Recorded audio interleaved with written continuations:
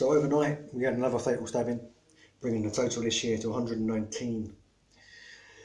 Why is this happening? Why do young men, and in some cases young women, end up losing their lives so tragically and so violently over, no doubt, something silly, something trivial? This, in my eyes, is a direct indictment of Tory policy for the last 8 years. Now, you can say, oh, he's just being political about this. This is, police have been cut under Theresa May. She oversaw the cuts herself when she was Home Secretary. Police have been cut. We've had community projects cut, community centres closed, libraries closed, job centres closed. All these things cut down and closed. In fact, the only thing that's been growing in these communities is food banks. You know, so we need to stop cutting them down because they are vital. Now, I want to give you a hypothetical situation. You're a young man or a young woman, most likely a young black male, because those are the highest stats for this type of crime, this type of event. You live at home with your mum, you're 16, maybe 17, and she's struggling. She can't afford the council tax, that's gone through the roof. Her benefits have been slashed. Any support that she gets from the government is being questioned and criticised and cut back on, because they're cutting the ESA, they're cutting the DLA, they're cutting all kinds of welfare for people. Not everybody who claims benefit is jobless. In fact, that stat is very, very low. So they're cutting all kinds of support, all kinds of money. She's got a job that pays okay, doesn't pay brilliantly. So she's struggling. She's getting letters through the door, bailiffs at the door. She's getting eviction threats and all kinds of things. So she's saying to you, oh, just get out of my hair. You're stressing me out. So you go out, you hit the streets.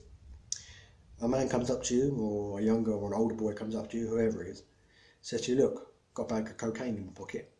If I give it to you, go and stand on that corner, sell it for a tenner. I'll give you £6, £7 out of each bag that you sell.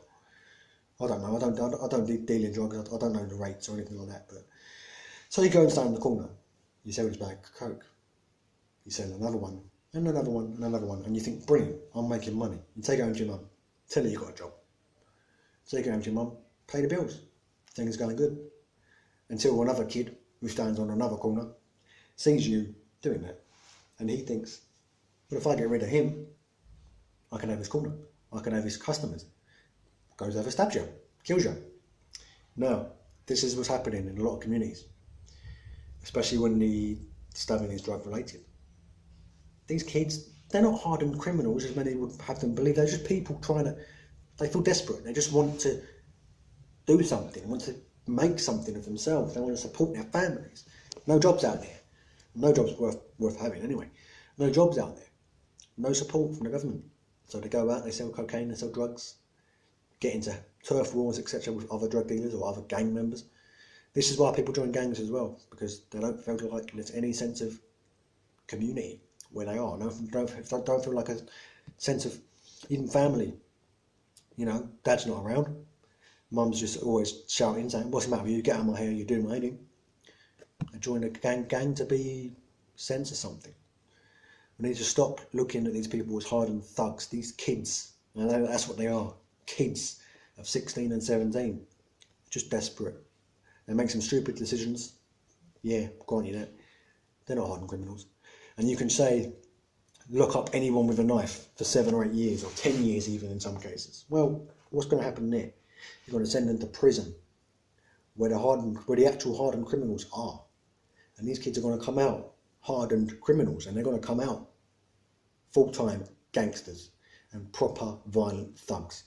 This is not, the prison system that we have in this country is not designed to reform, at least not enough.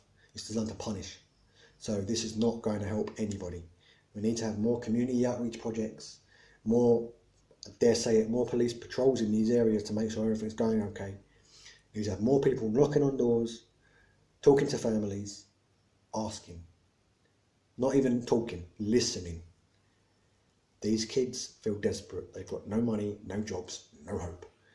They want to make something of themselves. Have you noticed all of these stabbings? They're not rich people dying, not nice middle class people being stabbed to death.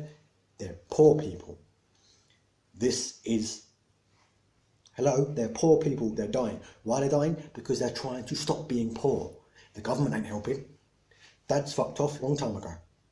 Not everyone is privileged enough to have a full family dynamic. I was quite lucky. My dad left when I was quite young. My mum raised me. My mum did most of the dad work, if you will. My granddad lived literally next door for most of my childhood, so he filled in the blanks. And I was raised, stay away from knives, stay away from guns, stay away from crime and gangs and weed and drugs and all that kind of stuff. And I was raised, go to school, get your education, look after yourself, come home safe. That's how I was raised. Not every kid has that. And yes, you can criticise the parents and say the parents should be instilling that in the kids, but sometimes it just isn't, that just doesn't transpire. That doesn't mean they're a bad parent. Sometimes they could just say, get on my hair, you do. I'm sure every parent, in fact I am a parent, so I know every parent wants to say, just go away, you're doing my head in. Sometimes, from time to time. 9 times out of 10, you love your kids, you want to be around your kids, you want to play with them and hug them and do things and talk to them. But sometimes they just drive you fucking crazy. I completely understand that. And these mothers will say that to the kids. Some mothers will say that. And these kids will go and they will go and join a gang. The mother doesn't think for a second that this kid's going to go and join a gang or carry a knife or do drugs or stab someone. But it just happens. The people carrying the knives, we need to cut it out at the root source. Of course, once you've stabbed someone, then that needs to be dealt with as a separate issue. But if we want to cut out the root cause of the problem, we need to reach out to these kids and find out why they're carrying knives, what the incentive is. We need to talk to these people. This is every war in history has been due to a breakdown in talking. If every country in the world, whenever they had a problem, just sat down and talked about it, there'd be no war. Same thing applies here. Thanks for watching. I'll see you next time.